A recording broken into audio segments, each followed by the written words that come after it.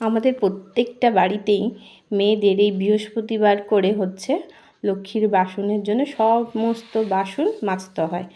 আমি লক্ষ্মীর বাসনগুলোর সাথে পিতলের বাসনগুলো মাজবো বলে সব বের করে নিয়ে এসেছি।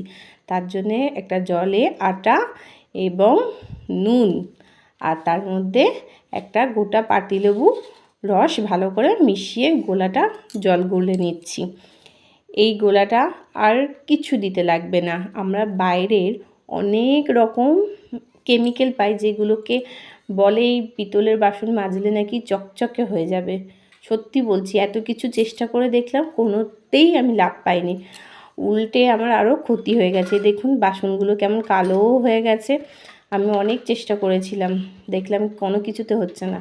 আমার এই ঘরোয়া পদ্ধতিতে এত সুন্দর বাসন পরিষ্কার হয়, আপনারা একবার করে দেখবেন। যদি না সুফল পান তো আমাকে কমেন্টে মনের সুখে আপনাদের কথাগুলো বলবেন, দেখবেন আমি সেটা কান পেতে শুনে নেব।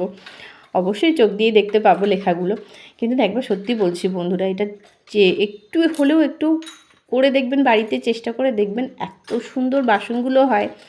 আগের সপ্তাহে বৃহস্পতিবার আমার শাশুড়ি মা ঠাকুরের বাসনটা মেজেছে, আর আমি ওই কেমিক্যালটা দিয়েই বলেছিলাম মেজে দিতে, আর মেজেছে। উনি মেজে দেখছেন যে পুরো বাসন আমার কালো হয়ে গেছে। আমি তো এবার ভাবলাম এই কালো বাসনগুলো তো দেখতেও কেমন লাগছে, আমারও ঠিক মনের মতন হচ্ছে না।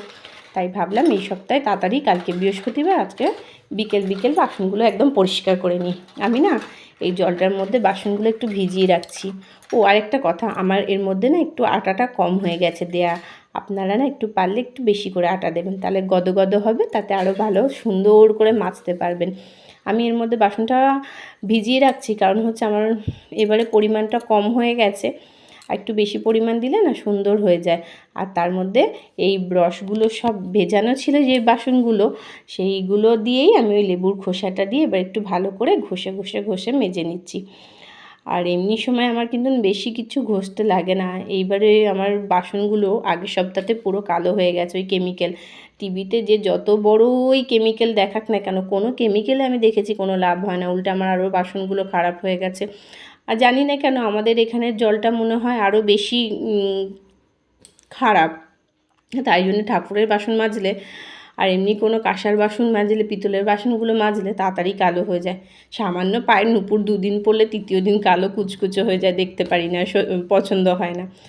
সেখানে এই বাসনগুলো তো আরও বেশি, খুবই তাড়াতাড়ি নষ্ট হয়ে যায়। দেখুন এগুলো তো এমন কালো হয়ে আছে। আমি এরপরে পরিষ্কার করে আপনাদের দেখাচ্ছি কেমন হয়, আপনারা দেখেই বলবেন। আপনাদের সামনেই তো করছি। এই যে একটু ঘষছি, কারণ ঘষলে আরও সুন্দর পরিষ্কার হবে। আমি তাই জন্য একবার করে ঘষে নিচ্ছি। আর এর মধ্যে যদি একটু স্কচব্রাইট বোলালে তো আরও সুন্দর হয়ে যাবে। আমি স্কচব্রাইট দিয়ে আর বোলাবো না, এখন শুধু জাস্ট সামান্য লেবুটা দিয়ে ঘষে নেব। হাতে সময় কম আছে আজকে, অন্য সময় হলে আরও সুন্দর করে ঘষে অনেকটা সময় দিয়ে মাজা যেত। যাক, আমি বলছি বটে, দেখুন আপনারা এর মধ্যে কত সুন্দর পরিষ্কার হয়ে গেল না। আমার বাসনগুলো দেখেছেন? একবার তাকিয়ে দেখুন, আমার নিজেরই দেখে কান্না পাচ্ছে। আর এইগুলো পরিষ্কার করতে থাকি, আপনাদের ভিডিও দেখাতে থাকি। দেখুন এবার দেখুন এই গ্লাসটা আর ওই গ্লাসটার মধ্যে পার্থক্য দেখা যাচ্ছে না? দেখুন কীরকম পরিষ্কার হয়েছে। আপনারা মেজে দেখবেন, সত্যি আপনারাও সুফল পাবেন। অপূর্ব সুন্দর পরিষ্কার হয়। হ্যাঁ, আর আটার পরিমাণটা একটু বেশি দেবেন, আমি একটু কম দিয়ে ফেলেছি। আর কমেন্ট করে অবশ্যই জানাবেন আপনাদের বাসনগুলো পরিষ্কার হয়েছে কিনা। একবার তো চেষ্টা করে দেখতেই পারেন। টাটা, নমস্কার বন্ধুরা।